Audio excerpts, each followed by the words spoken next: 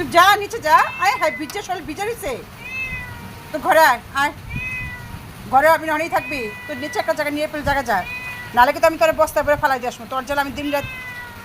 তো তুই বৃষ্টির মধ্যে কাঁদতেছিস কে? কী পরিমাণ তুফান, বিদ্যুৎ চমকাতেছে, ঠাডা পড়তেছে, যা যে সারা শরীর ভিজে রয়েছে যে আমি দেখতেছি। হ্যাঁ, তো তুই আর কোনো জায়গায় যাবি না, আমার কানে সে বয়ে থাকবি সারাদিন রাত এই ঠাডার মধ্যে।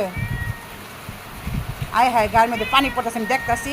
আয় আয় তাহলে আয় ঘরে আয়, আমি জানলা করে রাখলাম, তুই ঘরে আয়। ঘরে হবি না, কারণ এই মাত্র একটা চাপিলা মাছ দিলাম, চাপিলা মাছ তো খাইলি। হ্যাঁ, যাও যাও যাও যাও, গুড নাইট। আমি লাইট নিবে শুয়ে পড়লাম। অবশেষে তিনি আসিলেন, জানালায় ক্যাটফুট দিয়েছি, সেটা খাচ্ছেন। বৃষ্টি, পুরো বৃষ্টি, কানের ভিতরে শরীর ভিজেছে, তারপরেও মনে আবারও প্রেগনেন্ট। আমি যে কী করবো রে নিয়ে, বস্তায় বেরো ফালাই দিয়ে আসি না।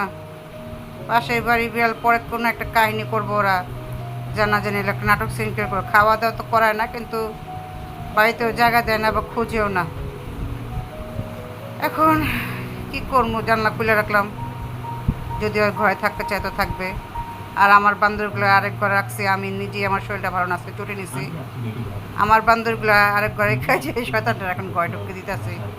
থাকুক সারা রাত করে, আর কি করে, বিছানা এক কোণা ঘুমাক।